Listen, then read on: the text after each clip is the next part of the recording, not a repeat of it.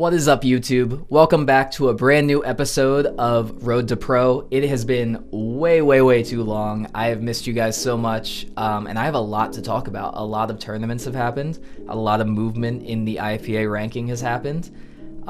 So let's start from the beginning. Where I was last, I was talking about the Harvest, which was a New York City tournament, one of the biggest ones that we have all year, and I placed pretty decently at that. Since then, I went to an upstate tournament called the RPC Royal Rumble, which was 2 tournaments. It was a match play style head-to-head, and it was also a Herb finals style, like best card type tournament. Made finals for both, got second in the max match play and third in the Herb finals, so not too shabby there.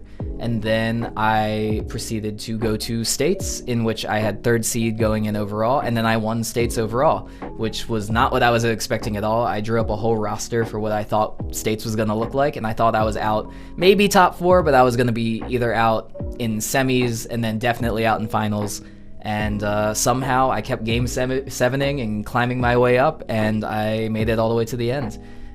So I'll showcase a little bit about the States tournament, and then I also just recently went to Indisc, which I have no footage of because I did not make a finals in Indisc. Not that I was expecting to. I think it would be a little crazy that was my first major that I've ever been to, and only the 2nd card format tournament I've ever been to. So my goal was to make B in mains and classics, and then I came to find out that there was no B for classics. So once I had a card that would have qualified for B if I was in classics, I just started grinding main. I really thought I could make A in that, and it was all for naught. That last day of qualifying did not go well for me. The games were not, there were no safe games on that lineup, I'd say. It was wild and wacky games, some rare games in there, and I couldn't find a game that I felt like confident enough to be like I would get a decent score on it that would just end the card. They were all very risky. To tell you how risky it was, there was 21 games in the Open, I believe, and I had stars on some of my best cards, which just goes to show how crazy some of the games we're playing. A lot of them were one-shot games where you need to hit that one shot to get like a couple million, and that will like really boost your score up. But if you don't get there, then you just have a 0 on your card, which is not what you want. And if you have a 0, you're not getting to A. So I'll go over some of the cards that I did too. I don't have any footage, like I said, but I do have the cards, and I can talk a little bit about my thinking process and things I'm going to do differently going into my next tournament. I did make B finals for Indisc, which I was very happy with. I came in a little sleepy, not caffeinated, and I thought like, well, I'm feeling good, maybe I shouldn't worry about it. And I got crushed. I got there. Okay, to be fair, it was 3-game finals, and 2 of the 3 games I just one of them I didn't play at all, and the other one I played once on my first card. And then the other game was Johnny Mnemonic, which is a game I'm very familiar with, and I just didn't perform well enough. So there's no excuses. I did really poorly, and I definitely could have done better. But again, in B, it's the placements in B don't change the amount of whoppers you get. So as far as Road to Pro is concerned, it doesn't matter. As far as my wallet is concerned, I would have liked to win a little bit more. I ended up with some winnings because I made B finals, but it wasn't anything crazy. But we'll get into that as well. Let's dive into, what do we want to tackle first? Let's dive into the States finals. I feel like that's a little bit more interesting to watch. So let's look at States first. This is game 7 of the semifinals. Me versus Alberto Santana, rank 105 at the time of this game. He picked Jackpot against me. He had higher seeds, so he had choice. This is a game that I tended to struggle on in previous tournaments, so a lot of people were playing it against me, and I got a lot of really clutch moments on this game. This one in particular is an incredibly clutch game that I did something I didn't even know was possible, so let's take a look at it. Ball 3, I'm player 2, I'm looking around, I'm just making sure. I have my multi-ball ready, I just need to lock the balls. I vouched for light plunge on here. You can see my nerves and my brain kind of churning right there, as you do in the States towards semifinals. I vouch for the light plunge almost always because I want to be able to get it to the bottom without validating the playfield, just for safety. But here's the thing. This light plunge I couldn't find. On most jackpots, I'll be able to find it. This one is really difficult to me. Maybe there's a point in time where I should have considered doing the full plunge, trying to find that middle just to get a couple more points. But I think safety first always. Caroms off the right stand-ups into the extra lock, which is really lucky for me. And my thinking here is I just need a couple of jackpots. I'm not going for a super or anything. I just want to be able to survive. Here's another big part where I could have plunged for the middle jackpot, but again, I'm vouching for the light plunge, which doesn't work for me. I hit the pops a couple of times, and immediately, I'm just gonna pause right here. Immediately, I'm in hell. There's no ball save on this multi-ball, and I was trusting the pin on the first one, but then the second ball came and hit the pin, and it separated it between the two. So now all of a sudden, I'm down to one ball. The multi-ball is already over. And that's where the points are kind of right now. I have a couple shots left to get to my game saucer, to get to the reels, but I don't want to have to take that many shots. This was my real opportunity, and I'm feeling bad about it. I know you can get an extra jackpot on the way out of your multi-ball, so I vouched to go for it just to get some points, and maybe the game saucer would be easier. So I go for a shot here, and I get it. I'm unhappy, as you can see on the left there. It's 125, and my score right here is a billion, just over, and I need to get about 130 million more, yeah. And I'm gonna be honest, this was a Hail Mary for me. I've never seen this happen before, and the commentators went wild on this when this happened. I just so usually when you fall out of multi-ball, you need to hit something else in order for the visor to come back up, and when the visor comes back up, you can get that one shot to it in order to drop it again.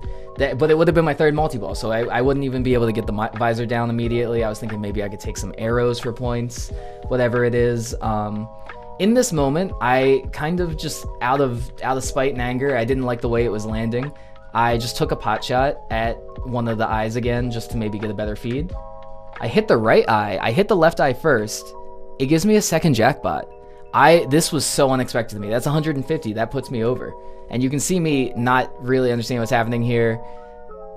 I take a look. I walk away. And that was probably the most clutch moment I had at this tournament, because you have to understand that if the game didn't give me that second jackpot, listen, 130 on jackpot does not sound like a lot, and it's not. But with the nerves where they were and the way that I felt uncomfortable in this game, I just did not feel like I was gonna get there. And I think this gave me the momentum to carry on towards the finals and really dig in and do really well. Yeah, has anyone else seen that before, where you get 2 extra jackpots at the end? Maybe it didn't fully drain the second ball yet, so that counted the first one as still in multi-ball, and the second one was like a runaway one. I don't know what it is. I think it, even after playing it, I went up to Alberto and I was like, that's kind of cheesy. I'm sorry, man, but a great game.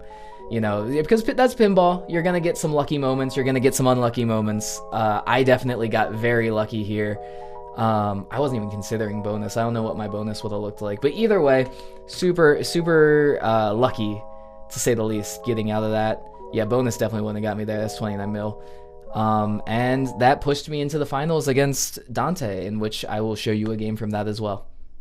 The game I've chosen to show from the finals here with Dante. Dante's up 2-1. RoboCop was my old pick. I tended to like the olds in this style of tournament a little bit more. I felt like I have a better feel of, saving the ball and little nudges. I felt really dialed in on a lot of these olds. But I picked RoboCop against Dante because I know Dante's really good at repeatable shots.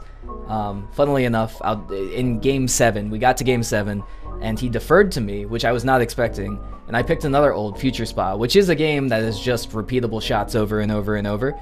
But I picked that against him because I felt really comfortable on that Future Spot. I know he did too, so I knew it was going to be a battle. It would have been fun for the stream for sure.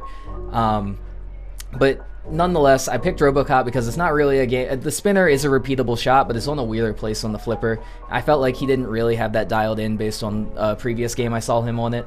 So I'm coming up here player 1, and I already have a big score. The reason I'm picking this ball and not the first ball, first off, is shorter, so I can talk about it a little bit more briefly. And second off, there's a really funny moment at the end I want to highlight.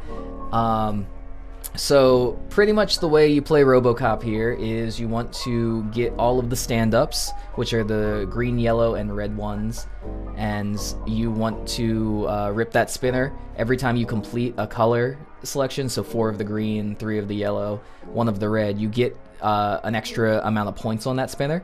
You get a kickback on the left side there.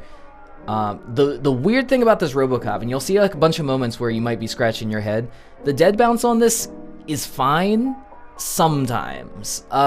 there's something about like the velocity coming down. Like if it came down too fast, it would almost die, which is really hard to explain unless you see it. And the other thing too was there's a little bit of flipper hop coming from that right in lane. So you can see there, you know, I didn't do anything, which is the smart thing to do, but a little sketchy. The other way you can light the stand-ups is by going through the in lanes at the top, which is another benefit to ripping spinner. Great little nudge there to keep it in. If this RoboCop was playing like it used to, that would have been a tilt. But for the States, they changed some of the games a little bit. Yeah, the general rule of thumb on this game is if you're on the right flipper, you kind of want to go to the spinner. If you're on the left flipper, you kind of want to go to the ramp. The other thing that lighting the stands up does is light locks on that ramp. You have to make the jump completely though. So I already had the multi-ball in this game, so now I'm just, you know, grinding for another one. I believe I have 2 balls locked already, so now I just need to hit that middle yellow stand-up. I took a pot shot there and missed, and then I out of the back corner of my eye, I saw Kate kind of freak out and be like, is he going for the stand-ups? And the thing about this game is you never go for stand-ups. The stand-ups are death, especially those middle ones. Like it's just so much safer to go up top. But I was on the left flipper here, and I didn't really feel like I had that, like hitting the ramp here wouldn't have done a whole lot for me. I'm already very far in the lead, and the spinner backhand isn't really a thing on this game, on this version of the game at least. So the only thing that really matters here is that stand up. And granted, even if I like dribble up the ramp and drop down, it could go through the middle. But I have such a big lead, and if I'm in the point where I'm like, I already have a comfortable lead, I might as well go for the big bucks now. So I'm staring at that middle stand-up. And you can see me get a little cheeky here.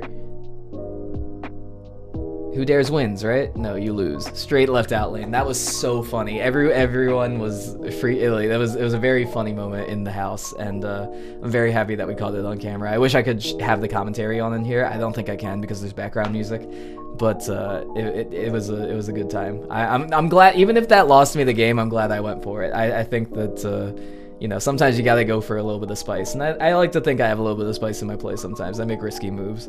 So yeah, that was that game, and I did win that one. I think the next games were John Wick, in which Dante won. I was really losing John Wick a lot. It was one of the only Sterns in the tournament, modern Sterns in the tournament, outside of Walking Dead, which was often my pick.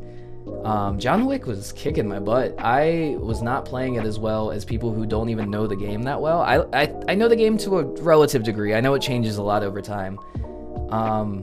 I kept picking it in the early rounds, and I kept losing on it. And I felt like I needed to switch, so I switched to Walking Dead, which is a game that I don't play as often, but I know really well, and I can generally have a good game on it. And I was having consistent good games on that.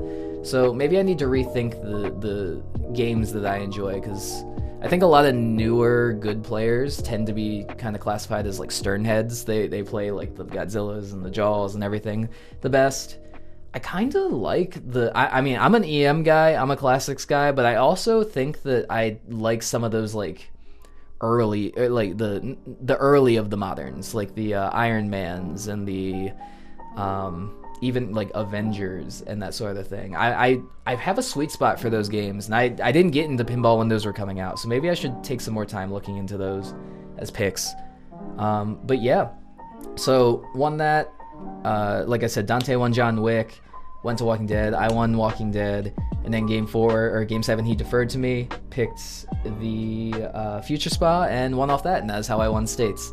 I'm sort of covering myself here because there's nowhere else for me to be camera-wise, but let's take a look at this Volley game. This was at the RPC Max Match Play, in which I got 2nd overall, and this is just one of I wanted to showcase Volley. Volley is I'm gonna spill this now. I don't know if any future competitors are watching this, so maybe I'm spilling a little bit too much tea. I love Volley. Volley is maybe my favorite game of all time, and I know it sounds ridiculous that a game of this era that's this simple would be my favorite game of all time when there's so many better, greater, deeper games out right now. But there's just something about this theme, there's something about the colors on this game that really speak to me. And whenever I'm playing it, I feel like I'm digging so hard and I'm getting so many good saves. The pins on the out lanes, I don't know. I've never played a Volley I didn't like, and I think that it's always like a very fun game to play in competition. because you're always able to get there in one ball. Even if you have a garbage first 4 balls, you can always do it on the 5th. I love that about this game. But I'm going to stop kind of, ranting about it. We're just going to go ahead and watch here. I'm player 1, so I'm setting the score that Shane needs to get here. I believe, yeah, this was the final. Shane was the person that got first here, so this is top 2. Off the plunge, I get the greens on the right side there. And my game plan for volley generally, it depends where I'm at mentally, what I think the other person can put up. In a 2-person game, I'm kind of thinking that I want to pad my score with ball 1, and then try to get the in lanes with the plunges, because like if I can get drop targets early, at least I'll have some kind of score and not just have like nothing off the first couple balls, as often happens on this kind of game. So you can see I'm just trying to survive here. This is ball 2 now. I didn't get anything off that second, and I've already gotten a lot of the yellow drop targets. So in this situation, when you hit all the drop targets down, they all reset, which gives you a lot more scoring opportunity. That's a common thing that happens off the top, like not out lane, but that top feed there. If it drops off of that, it'll just go down the middle. Nothing you can do about it. You definitely don't want to tilt a game like this. I don't know if this was tilt ends ball, but I just assume games of this era are. The yellow in lane at the top is the biggest one, because now you got that 1,000 pop lid up top, and now all of a sudden going up top can be worth a lot more. So now I'm like, okay, let's go up top. So just kind of playing patient. It's feeding around in ways I don't really care for. I love the feeling of these slings going back and forth. It's something that I read really well for some reason. I don't know why. I know it's not like a literal sling, it's just plastic or whatever it is, but I had a lot going. I think all my drop targets except for 1 of the green and 3 of the blue are down now, so still trying to send it up top because I want to get that blue, so those blues are lit a lot more. Didn't really explain the scoring. When you get a colored in lane at the top, the colored drops at the bottom become worth 5,000 instead of 500. So the name of the game is get as many in lanes as possible and then start playing the drops. Going into 4th ball here, 45,000. I'd say on a good game you want to roll volley. And your later balls are going to be worth more, of course, because you have more in lanes. But it's also a situation where it's like I'm almost out of drops now. I only got 1 drop left on that side, so get it on the backhand, and now my drops are reset. So much more scoring available. Little things about volley that are kind of interesting. If you hit 2 drop targets down while the first one's still scoring, it won't give you any points for the second one. Bounce out was 78. And I'm like, okay, this is an okay game, but if this is finals, I need to blow this score, out of the water. So I need that top in lane. And I got it really lucky there. Back up and through. So now everything's lit.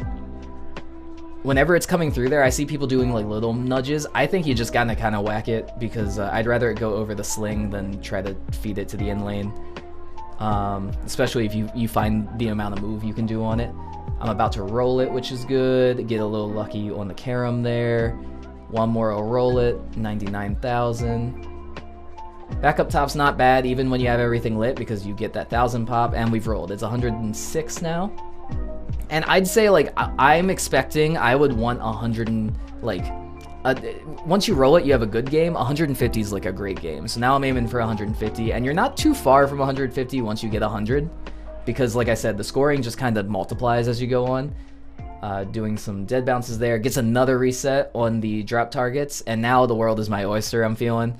You always aim for the left or the right side, unless you need to go for the top for some reason. Little tap there, still surviving, 142. Fast feed there, 152, and now it's a great game. So now everything's gravy. I'm not worried about, like, if I lose here, it means he had a fantastic game. Get the backhand on the blue, 167, and now I'm thinking like maybe 200's possible. That's what I love about this game, and yeah, those roll-offs are the ones that are gonna lose you, but 168, cannot be mad about that. And that did end up beating Shane. I just skipped to the beginning somewhere and had a really good time with the Max Match Play at Royal Rumble. I think sometimes when you're trying to just crank out some best games, it was a best game format otherwise, and when you're just trying to crank out some best games, it can feel kind of bad when you're not doing super well. So having a Max Match Play to break it up really gave some life to the tournament, and I think that's a great format that should be happening at a lot of like small local places if you are going to hold a bigger tournament. I think it was a really great idea. So now let's take a look at the Herb Finals. Now we're going to take a look at the Fall Brawl Finals. This is the Herb Finals, and I'm playing against Phil Birnbaum, Sanjay Shah, and Dante, the guy that you see so often in these videos because I play him way too much and he's way too good. Anyway, I am going into Ball 2 here on Rush. You can see player 1, Phil, was blowing this game up with 244. In qualifying on this game, I was having the hardest time of my life. There were 2 Sterns in. It was Rush and it was Jurassic Park. And Jurassic Park I knew more than Rush. I didn't like... I wasn't crazy about Rush going into this tournament. I've learned to appreciate it since then. I think that it's a very flowy game, and even if you don't know really what the rules are or what you're supposed to be doing, it is just kind of like a hit the flashing lights and get your locks game. It seems like a lot more than that when you have like a big time machine in the middle and so many different shots with so many flashing colors. But once you get a grasp on the flow of the game, it's really not that difficult, and it's a game that the scoring eludes me a little bit. Sometimes I'll have a lot of progress and not get a lot of points, and sometimes I'll feel like I've been doing, you know, decent but not great, and I'll have like 100 million, 150 million. So I don't know what the scoring is. All I know is that going into this game, last round I got 400 million on this game, and that was the best I'd ever done on a Rush. So I felt very confident, even though I had kind of an iffy ball one with 23 million. And let's get rolling here. So yeah, the camera on the bottom left went in and out, so you'll see me pop in and out here. First order of business is you skill shot by light plunging, and then you hit one of those red arrows. So depending on the rush, I'll change my strategy a little bit. This rush in particular, okay, first off, I did not want to start that multi-ball yet. I wanted to bring it into a mode, and I see this is where game knowledge kind of failed me. I know based on where the lights on top of the time machine are flashing, it'll tell you like what's ready when you hit it, and I thought the light flashing on top of it meant that the mission was ready, even though I hadn't hit any records, which was silly of me. But in actuality, what it meant was that the multi-ball was ready. So I'm just taking a dry multi-ball right now, which is not like the worst thing in the world, but it's definitely more of a utility multi-ball than a points multi-ball. This side scoop, the one that you can get from the upper flipper, is juicy on this game. This edition of the game, like, the ball just fell in there so often, which gives you ball save, which is really good. So my whole strat on this game was to try to get into modes that let me just hit the left orbit, hold that flipper up, and have it slide in, because it was pretty consistently going in there. And right here, you can see I have a bunch of flashing white shots, which I believe is like a multiplier shot. Like once you hit it, that shot's multiplied now. I got Working Man now, which can be worth decent points. I don't really know what modes are like strategically the best and worst to take and when, but what I do know is that Working Man's a decent one for me. My favorite one is probably, I mean, this is up there. It's really hard to finish because it takes for so many shots to finish, but it's worth decent points just by playing it. Tom Sawyer I know is my least favorite one because it's very specific shots you have to hit, so definitely not good with a multi-ball or anything like that. But my goal is to stay alive here. I have 1 point going again, so I got third last round, and I just want to be in the running, so I want a second at least.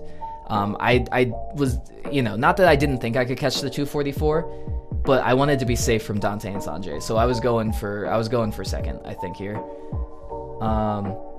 Which means just kind of hitting your shots when they're there. That right ramp was pretty safe. I really wanted the Far Cry multi-ball. I believe it was set on hard settings, which means you have to hit both of the stand-ups on that right ramp before you hit that scoop for every lock. So I was always trying to like just barely nudge it while still hitting shots, so I got the right one there, and my locks should be ready. Or a multi-ball in... No, I'm sorry, that's for the time machine one. See, I'm still confused even now. Something I should have been paying attention to, Bastille Day is going on, which is those rush targets, the stand-ups on the far right.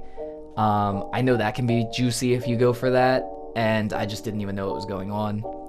I need to light my lock by hitting that right ramp, so I'm still flowing. Like, at the end of the day, Rush is a flow game, so if you're feeling confident, you're gonna do well.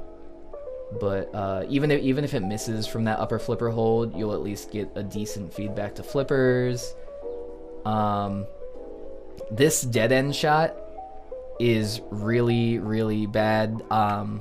This is the pro, so every time you hit that dead end shot, the shot to the left of the time machine, it would just come flying right back at you, and the feed was kind of scary. It would go into the sling.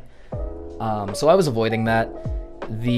But you can see, I started this ball with 20 million. I feel like I didn't do a whole lot. I had a multi-ball that didn't matter a lot, and then I got into this mode where I got through like some of it. And I still ended up with 94 million, which is good. Like for locals, that's a decent score.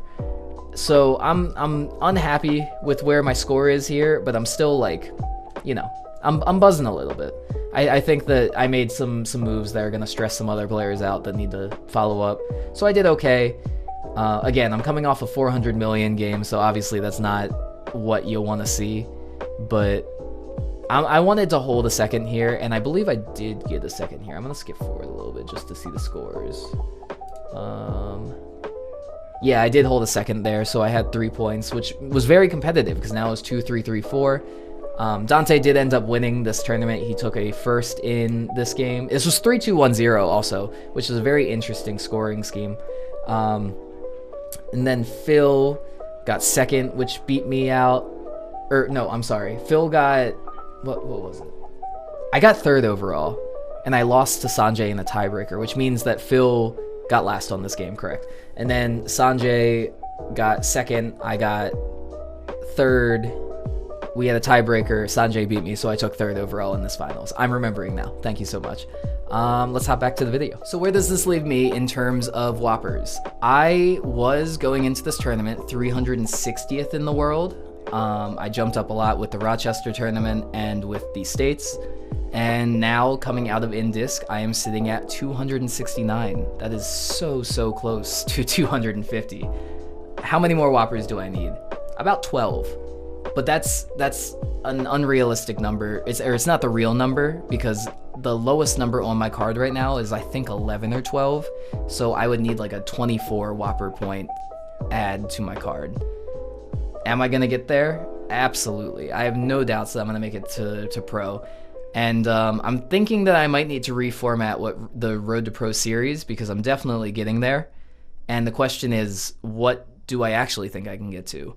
Because before I thought 250 was gonna be nearly, you know, it was gonna take a lot of time and a lot of and it did take, you know, it took a lot of effort and a lot of learning on my end, but I've had a lot. I've been fortunate enough to be able to attend some decent tournaments in the area and do decently well. So what do I think my peak is now? What you have to understand is that as you get lower in the numbers, it gets so much harder to get lower. If that sorry, I'm not explaining this well.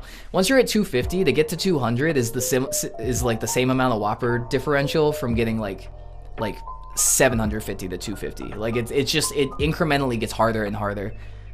So I'm gonna be realistic. But I also want to give myself like an end goal, because 250 was my end goal originally for the series. I think my end goal now is gonna be about 100. I think that's what I'm aiming for. As I'm going to more majors now, for this year, I'm gonna attend at least another 1 or 2. Am I gonna get to it by the end of this year? Probably not, but I didn't think that for 250. I'm gonna need to start making A finals, that's for sure. But I do feel myself getting better and more confident as I play more. It's crazy to say when you're almost at the pro ranking to be like, oh, I'm starting to get confident. But I still get nerves, even playing locals. Like I've noticed that when I take scores and I'm like, is this right? My hand's shaking when I'm showing it to like local players. And there's a middle ground of having good nerves, right? Like you want to have enough nerves that you care, but you don't want to have too many nerves that you just start throwing. But yeah, I do definitely trust my instincts now, like to a T. If I make a flipper fumble, it's not the end of the world. Like I know what I did, and I'm not gonna make that mistake again. I'm gonna aim for 100. That's the new goal. We can slap that at the top of this title, I think, and call it a day. You can see that I've been recording for a little bit because it used to be very bright in this room, and now it is very, not dark, but just moodier in this room. So we're getting a little bit serious. We're getting the top 100. I think that's what's gonna happen. So that's a new journey. It's still the same journey. I'm still going to be talking about my processes and things I learn and people I meet. I want to start a new series, actually. I'm going to have a new series coming up very soon called Champions Pub, where I kind of deep dive into the heads of people that are very good at their specific hobby. It's not gonna necessarily be just pinball, and I'm gonna try to keep it not podcast content, because I think I don't love like super long content, like 2 hours type deal. But I am very interested in hobbyist competitiveness. So I want to be able to talk to people that are on their road to pros in their given hobbies and sports and interests, and kind of see if there are similarities to pinball, similarities to other things that we can all learn from. I think that would be really fun. So I'll start that I'm not going to give a date yet. I still have a lot of setup to do for that, but that's something to look forward to. My glasses are crooked as hell. Oh my god. I look silly. Should have noticed that before. But thank you for joining me. Thank you for going through this content with me. Almost to 250, guys. We're making our way. And again, I will be hosting a live stream where I will talk about in-disc. If you want to find out the date, I'll be posting it on my Facebook and my Patreon, and then you'll come here to this YouTube and catch the live stream then. Thank you so much for joining me. Having a great time so far. Met a lot of great people. I'll catch you next episode.